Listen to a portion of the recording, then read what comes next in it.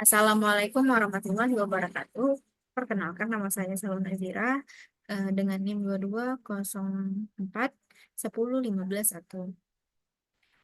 Di sini saya akan menampilkan hasil modul ajar, media pembelajaran, bahan ajar, LKPD, dan instrumen saya yang telah saya buat untuk memenuhi tugas mata kuliah pengembangan pembelajaran IPA di SD yang diampu oleh Ibu Maisara, SPD, MPB.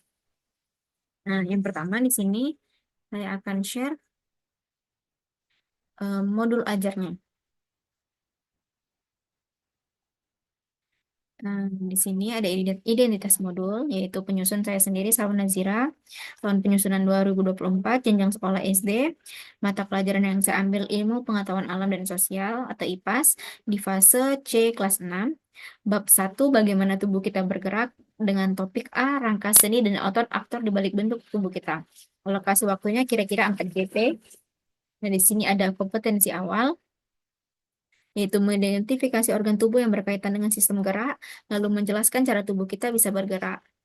Profil pelajar Pancasilanya ada mandiri dan bernalar kritis, lalu ada sarana dan prasarana di sini yang akan saya gunakan,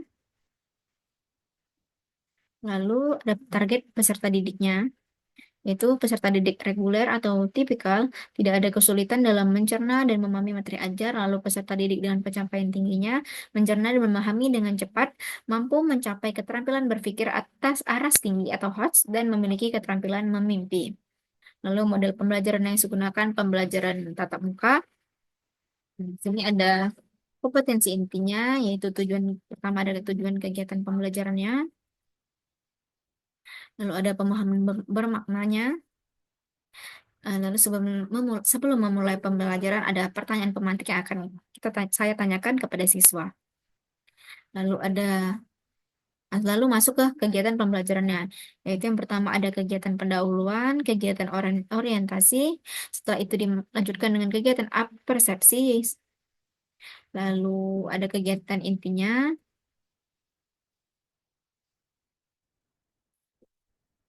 Di sini juga nanti ada kegiatan inti, siswa akan diminta membuat praktik, membuat replika tangan agar mengetahui cara kerja eh, rangka sendi dan otot, bagaimana tangan itu bisa bergerak. Lalu, setelah praktik itu mereka akan mengadakan diskusi dan refleksi. Lalu saya tutup pembelajarannya dan di sini ada asesmen penilaiannya.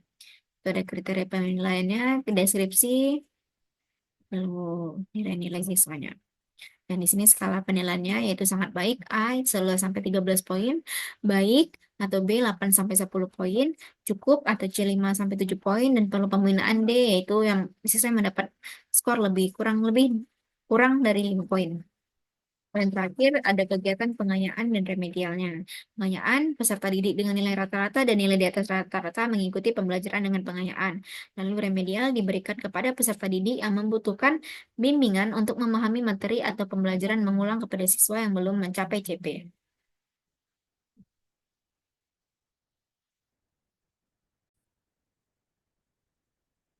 Lalu di sini saya akan menampilkan bahan ajar yang telah saya buat.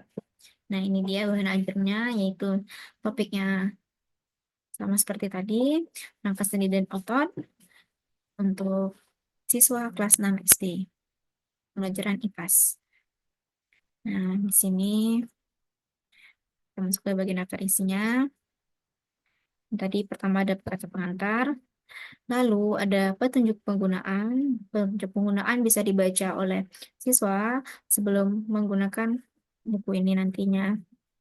Lalu ada tujuan pembelajarannya, yaitu mengidentifikasi organ tubuh yang berkaitan dengan sistem gerak dan menjelaskan cara tubuh kita bergerak.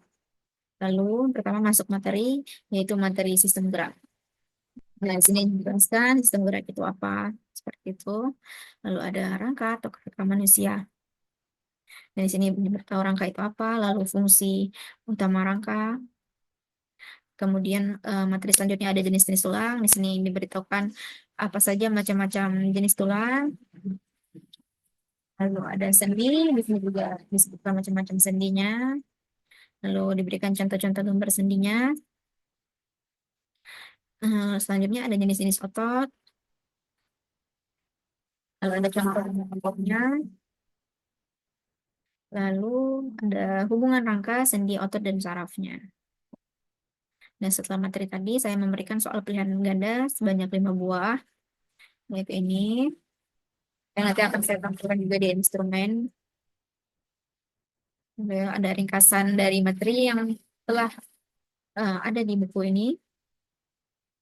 Lalu di sini ada pengingat, agar kita mengingat menjaga kesehatan sistem gerak sangat penting untuk kehidupan sehari-hari. Lalu di sini ada glosarium, yaitu beberapa kata yang mungkin agak terdengar asing bagi siswa, jadi siswa bisa mengetahui definisinya di sini. Lalu ada daftar pustakanya, dan yang terakhir ada biodata penulis, yaitu saya sendiri.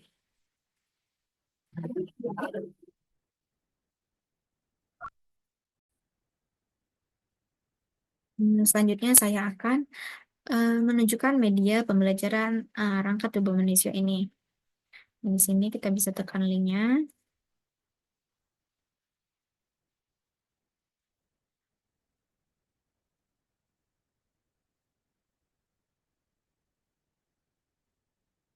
Nah, nanti lalu akan muncul seperti ini. Nah, di sini,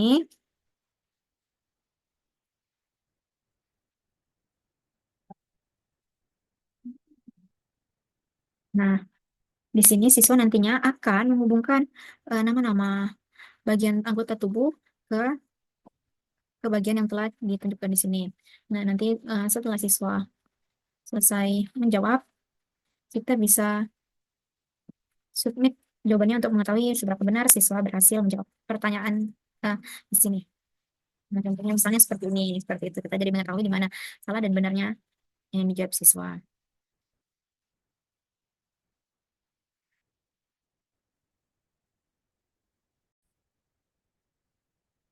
Selanjutnya di sini ada LKPD-nya, yaitu tentang sistem gerak manusia.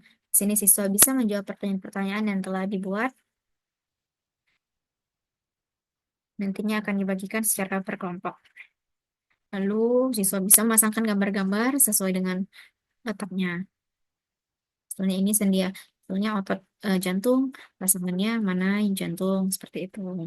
Lalu ini sendi, cocoknya pasangannya yang mana, siswa bisa menghubungkannya nanti.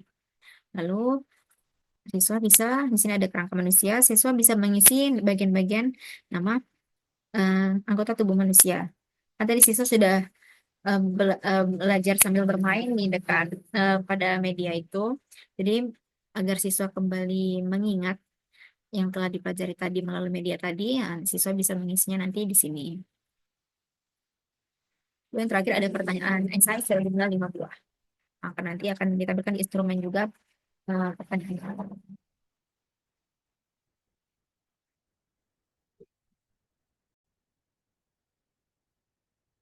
Di sini ada instrumen penilai, instrumen soalnya tadi, yaitu pertama ada capaian pembelajaran atau tujuan pembelajarannya. Siswa peserta didik mampu mengenali dan menjelaskan fungsi serta struktur sistem rangka manusia. Lalu ada indikatornya, lalu ada jenis soalnya apa, lalu contoh soalnya, dan aspek yang dinilai. Bisa dilihat di sini.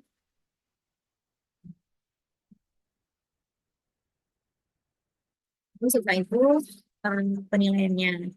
Itu komponen penilaiannya, aspek yang dinilai, skor maksimal, dan kriteria penilaiannya.